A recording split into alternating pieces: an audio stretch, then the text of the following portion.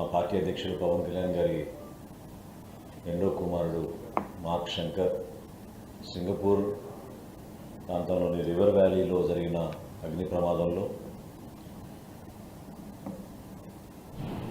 సుమారు 15 నుంచి 19 మంది విద్యార్థులకి అనేక రకాల గాయాలు, 3rd డిగ్రీ బర్న్స్, ఒక విద్యార్థి ప్రాణాలు కూడా కోల్పోయారనే సమాచారం అందింది. ఆ దుర్ఘటమైన ఆ సంఘటనలో మార్క్ శంకర్ గారికి ఎక్కడ కూడా ఇబ్బంది కలగకుండా ఆయన ప్రాణాలు కాపాడిన అక్కడ ఉన్న భవన నిర్మాణ కార్మికులకి ప్రత్యేకంగా పవన్ కళ్యాణ్ గారు కృతజ్ఞత తెలుపమన్నారు. మార్క్ని హాస్పిటల్లో చేర్చి ట్రీట్మెంట్ కొనసాగుతూ ఉంది. కాళ్ళకి చేతులకి బర్న్ ఇంజరీస్ రిజిస్టర్ అయినాయి.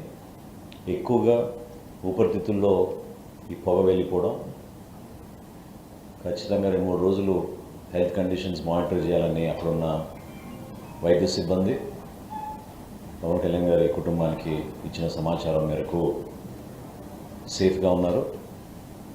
అయితే ట్రీట్మెంట్ కొనసాగించాలి, ఎక్కడ ఇబ్బంది లేకుండా అక్కడ అన్ని విధాలుగా స్థానికంగా ఉన్న వైద్య సిబ్బంది వారి కుటుంబ సభ్యులందరూ కూడా జాగ్రత్తగా చూసుకుంటున్నారనే సమాచారం రాష్ట్ర ప్రజలందరూ కూడా అందించమని పవన్ కళ్యాణ్ గారు చెప్పడం జరిగింది.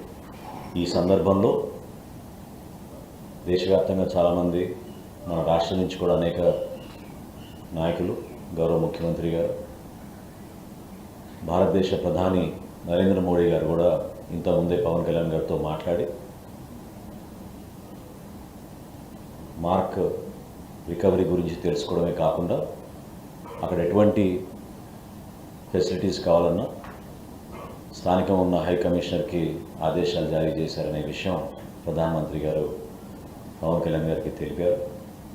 మనస్ఫూర్తిగా ప్రధానమంత్రి గారికి జనసేన పార్టీ నుంచి, మా పార్టీ అధ్యక్షుడు పవన్ కళ్యాణ్ గారి నుంచి ఆయనకి ప్రత్యేకంగా ధన్యవాదాలు.